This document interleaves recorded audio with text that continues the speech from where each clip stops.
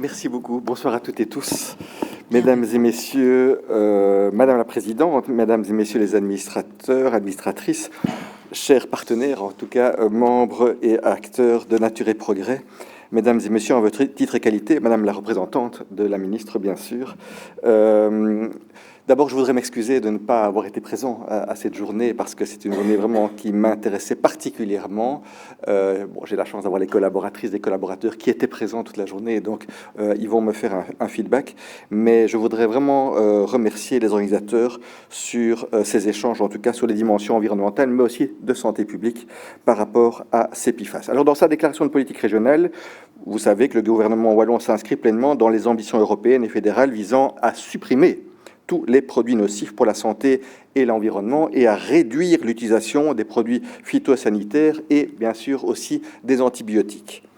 L'objectif est une production alimentaire durable, garante des plus hauts standards sanitaires et aussi des standards environnementaux.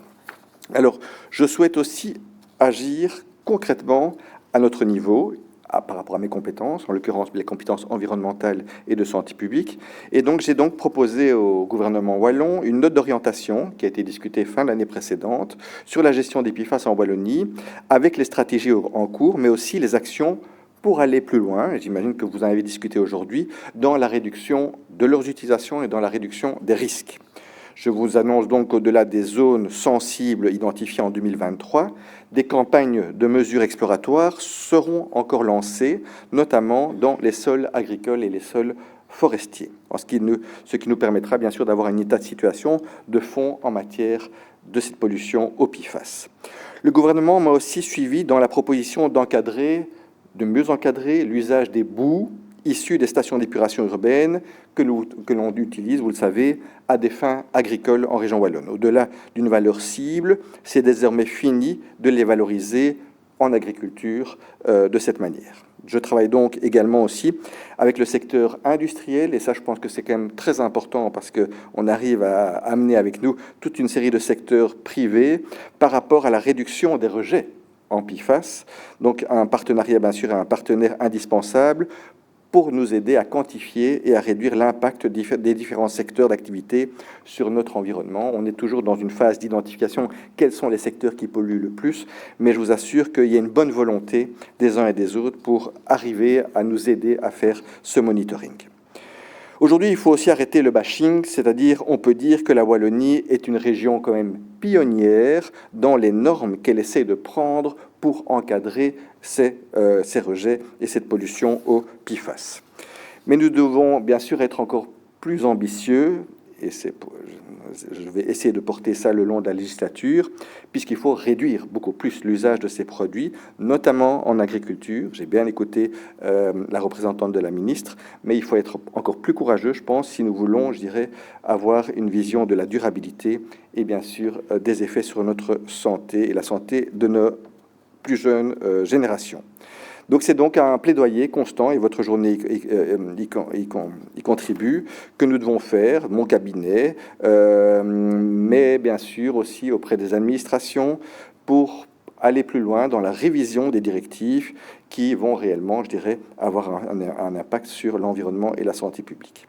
Concernant les pesticides, malgré la complexité des règlements en tant que ministre de l'Environnement, j'ai la possibilité d'encadrer exclusivement l'usage de ceux-ci, puisque c'est bien, mes compétences sont liées essentiellement à l'usage.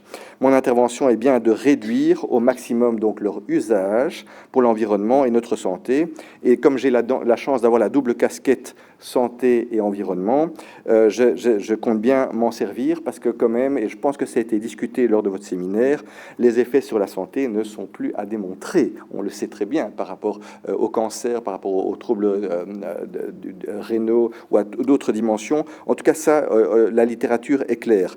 Je pense que vous avez aussi discuté des coûts et des coûts potentiels des effets de ces maladies sur le système de soins de santé, et ça aussi, c'est de mieux en mieux documenté. Donc, on a des arguments, on a des vrais arguments pour influencer les choses sur un plan environnemental.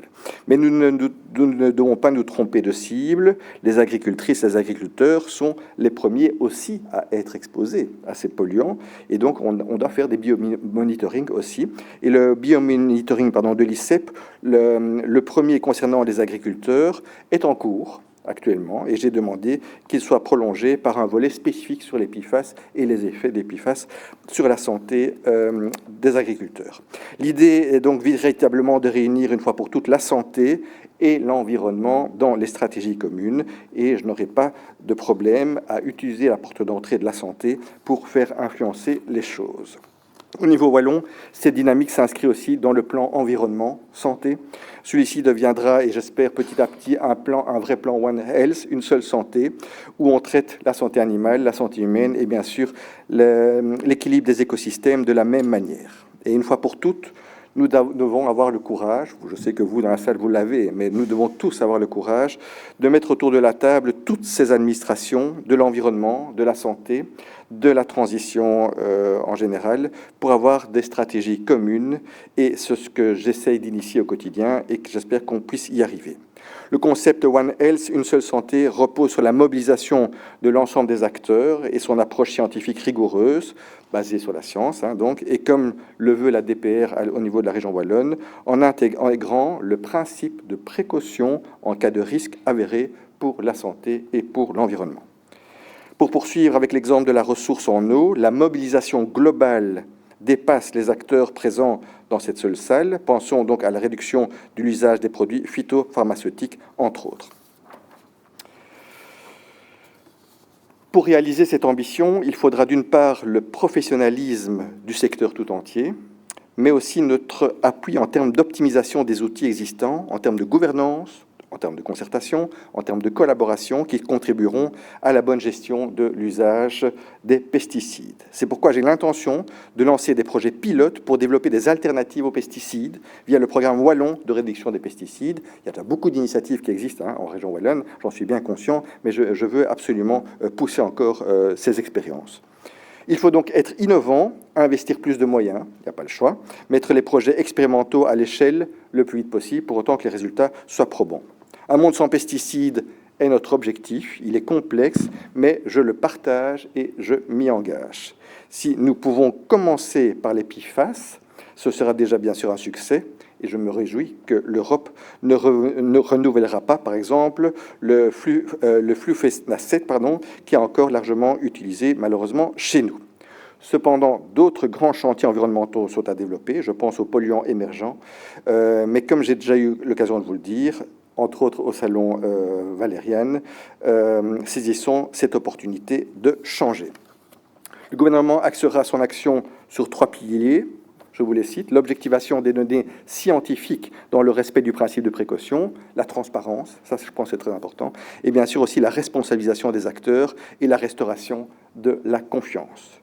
Je souhaite donc que cette opportunité ici d'échanger aura aussi cette vertu, donc aligner les actions de l'ensemble du secteur dans une direction commune, et j'espère qu'on puisse vraiment avancer de façon concertée ensemble. C'est ensemble que nous atteindrons cet objectif, tout niveau de pouvoir et d'action réunis, et bien sûr avec l'ensemble de mes collègues du gouvernement wallon. Je tiens donc à vous remercier très chaleureusement pour l'organisation de ce colloque, surtout pour son contenu. Je remercie les entités publiques, les associations, mais également chacune et chacun d'entre vous qui vous mobilisez. Je sais que vous êtes des acteurs de changement pour faire changer les choses par rapport à ce sujet qui reste sensible. Je vous remercie.